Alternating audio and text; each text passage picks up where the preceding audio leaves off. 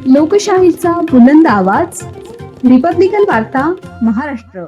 राजर्षी शाहू महाराज ज्येष्ठ साहित्यिक कलाकार मानधन योजनेसाठी 700च्या वर अर्ज प्राप्त। मुलाखती दरम्यान वृद्ध कलाकार यांच्याकडून संगीत कलेची प्रात्यक्षिके करून घेतली। बातमी पुसद येथून।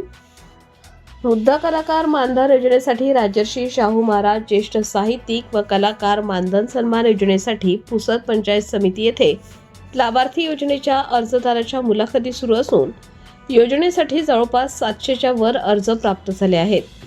या योजनेच्या लाभार्थ्यांची जिवंत असलेल्या कलाकारांना या योजनेचा भरपूर लाभ मिळाला पाहिजे याकरिता निवड समितीने प्रत्यक्षरित्या कलाकारांच्या पारदर्शक मुलाखती घेतल्या आहेत। ग्रामीण भागातील जिवंत कलाकार हा योजनेपासून अलिप्त राहिला नाही पाहिजे याची या ठिकाणी योग्य काळजी घेण्यात आली आहे। महाराष्ट्र शासनाची राजर्षी शाहू महाराज ज्येष्ठ साहित्यिक व कलाकार मानधन सन्मान योजना कला व साहित्य क्षेत्रातील 50 वर्षांवरील कलाकारांना दरमहा 5,000 पर्यंत मानधन देते। या योजनेच्या मुलाखतीसाठी पंचायत समिती पुसद येथील सहाय्यक गट विकास अधिकारी संजय राठोड यांच्या दालनामध्ये कलाकारांच्या विविध क्षेत्रातील वृद्ध कलाकार मानधन योजनेसाठी आलेल्या अर्जाच्या मुलाखती घेण्यात आल्या। या मुलाखती पारदर्शक होण्यासाठी प्रत्येक कलाकाराकडून भजन, कीर्तन, नाटिका, गवळण, गण, पोवाडा अशा प्रकारचे कीर्तन संगीताचे प्रात्यक्षिके समक्ष घेण्यात आली।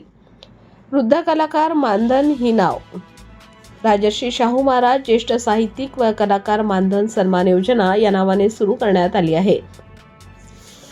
या योजनेच्या मुलाखती निवडीसाठी पुसद पंचायत समितीचे गटविकास अधिकारी अमोल कुवर आदेलवाड, सहाय्यक गटविकास अधिकारी संजय राठोड, समिती सदस्य चितंगराव कदम, समिती सदस्य शिवदास शृंगारे, कनिष्ठ सहाय्यक भगवान भोरकडे, कनिष्ठ सहाय्यक विजय राठोड इत्यादींनी योजनेच्या लाभार्थी अर्जदारांच्या प्रत्यक्ष मुलाखती घेतल्या आहेत।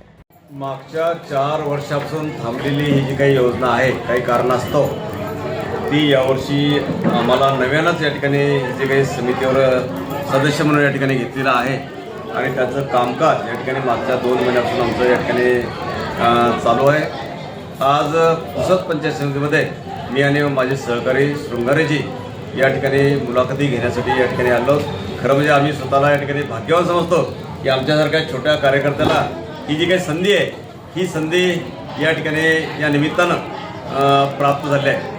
जवळपास पुसद पंचायत समितीमध्ये मला वाटतं यवतमाळ जिल्ह्यामध्ये सर्वात जास्त वृद्ध कलावंत आहेत आणि आम्ही साधारणपणे 27, 28 आणि 29 या 3 दिवसामध्ये 750 या कलावंताची जी काही मुलाखत आहे ही मुलाखत या ठिकाणी घेणार आहोत आणि त्याच्यामध्ये दरवर्षी 2022-23, 23-24, 24-25 आणि 25-26 या 4 वर्षामध्ये 400 कलावंताची वृद्ध कलावंताची निवड आम्हाला या समितीमार्फत या ठिकाणी करणार आहे। आम्ही जे या ठिकाणी आमच्या समोर आज सकाळपासून आम्ही पाहतो की अतिशय चांगला गुणी कलावंत या ठिकाणी आमच्या समोर या ठिकाणी आलेले आहेत आणि त्यांना न्याय देण्याचा जो काही प्रयत्न आहे हे प्रयत्न आम्ही या ठिकाणी करणार आहोत। सर, आपण ग्रामीण भागाचा नाही तर काय फुका जन्मला।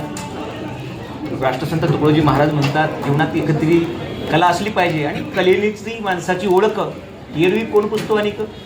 म्हणून या कलावंताचं जीवन खरंच समाजाभिमुख आहे, समाजासाठी सहाय्यभूत आहे आणि असे कलावंत जगले पाहिजे। वयाच्या 50 वर्षापर्यंत ते आपली कला समाजासाठी सादर करतात, जगत असतात आणि 50 नंतर वृद्धापकाळ येतो, समाज स्वीकारत नाही आणि कसं असते उगवत्या सूर्याला कोणी रामराम घालते पण दुपारच्या सूर्याला तळपत्या सूर्याला कोणी काही नमस्कार घालत नाही। हे कलावंत जे असतात, कलावंत जसं जसं वय वाढते तसा तसा समाज दुर्लक्ष करतो आणि अशाही कलावंताला जगता आलं पाहिजे। म्हणून आपल्या महाराष्ट्र शासनानं त्यांच्यासाठी ही जी योजना आहे कलावंताची मानधन योजना ही स्वागतार्ह आहे। नवे गेल्या अनेक वर्षापासून गेल्या 5-6 वर्षाच्या आधी फक्त जिल्हाभरातून 60 लोकच होत होते।